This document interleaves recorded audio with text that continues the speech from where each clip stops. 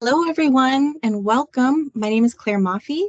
My pronouns are she, her, and I'm here representing the Native Bee Lab, the USGS Fish and Wildlife Service Native Bee Lab. We have a new contact, so I want to share that with you. blab@usgs.gov will contact myself, Sam Droege, and our lab manager, Sydney Schumer. So why am I here today? Let's talk about how to explore data using the DiscoverLife website. Just in case you weren't aware, DiscoverLife is an online resource. It's a web page I'll be showing you of species accounts and identification keys, which tend to be our most commonly used applications there. But it is also, it has a data mapping tool, which will be the main content of this talk. It is not a place where you can push data or pull it down directly. But the global mapper that we'll be showing you today, you can see occurrences from many different databases and in all different formats, but you must reach out to those data owners directly if you would like to use that data. Before we go too far, I want to make sure that we address a common misconception. DiscoverLife and this website is not the same as the joint USGS Fish and Wildlife Service database. The joint database is where we have our records. And while we are power users of this, of the global mapper and this general resource, we are not the only ones on here.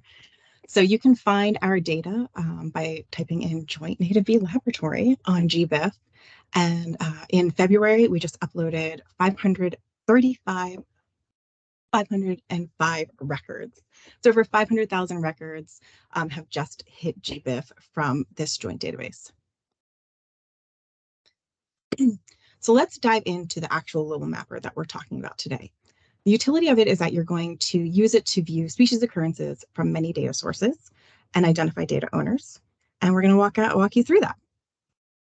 Here's the homepage of discoverlife.org.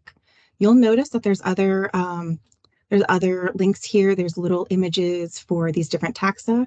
So the little B is where you would go for species guides, but all of these other things you should explore, and other people are using these for moths and beetles and things like that. But we're focused on the global mapper, so let's get back on track. So global mapper is up here at the top. It'll bring you to a landing page like this. These are two scrollable separate panes. So where the map is happening on the right, you'll be able to scroll down and see data owners, and on the left is kind of the way that you filter it. So let's use some examples. I'm going to be going through Habeproto laboriosa and walking through that as our example. So we start with this box on the left-hand side where you can start your filtering based on the taxa that you're interested in. If you don't narrow it down much further, clearly it's a global mapper. You'll see occurrences from all over. But if we want to narrow that into our species of concern, you'll include it. You can also check out these different tips from here in the green text, how you can explore other species and plants and things like that. Up here in the top, you'll note that we can zoom in because that's really hard to see. So you'll want to zoom in to the area that you're interested in. I will warn you, if you just click right there in that mass of yellow dots, it'll pop up species pages. What you want to do is click on an empty space and kind of orient yourself that way. So I'm in the Mid-Atlantic, so that's where I'm going to start us off. What you see here are all of the data points within this map scope that have been shared with DiscoverLife. Let me show you what one of those look like. We're going to start with this little one on the eastern shore of Maryland. What you will see here is what one of those the observation pages will look like. I want you to pay attention first to the box at the very top. Keep track of those. Those are the database indicators. Those are the database names, followed by the unique identifiers of whatever specimen that you're looking at. In the second box, it shows the species that we're looking at. If you were to click that link, it would take you to the species page that has primary literature on how to identify it, pictures, some phenology information, things like that. And just keep track. This, if you've ever gotten data from our joint database, you might recognize these metadata fields. But as we look at other sources, you'll see how this can change. And that's one of the things that makes this mapper unique. Okay, so we're talking about data sources. What I'm showing you here is if you had taken that right panel when we had searched for Hapapoda laboriosa. Take that right panel and you scroll down and you see these data sources that I've enlarged for you. What's neat about this is it identifies where things are coming from. So we'll see in that first line, the American Museum of Natural History, bee specimen records. We see that there's 116 contributions there, and so on and so forth. So we in air quotes, DiscoverLife takes any data sources, big and small. So you'll see the other one that I've circled here, Ellison Orcutt's data, has 14 contributions for this particular species. And so you can have these, we'll accept individual data sets. These numbers will also adjust accordingly as you scale down. So obviously the AMNH data had many more on the national scale, but we must be in the same region that Ellison Orcutt's data is, because that number has not changed. If you would like to see all of the data that is associated with that database, you're going to click on that link. So these numbers, the blue links, you click on those.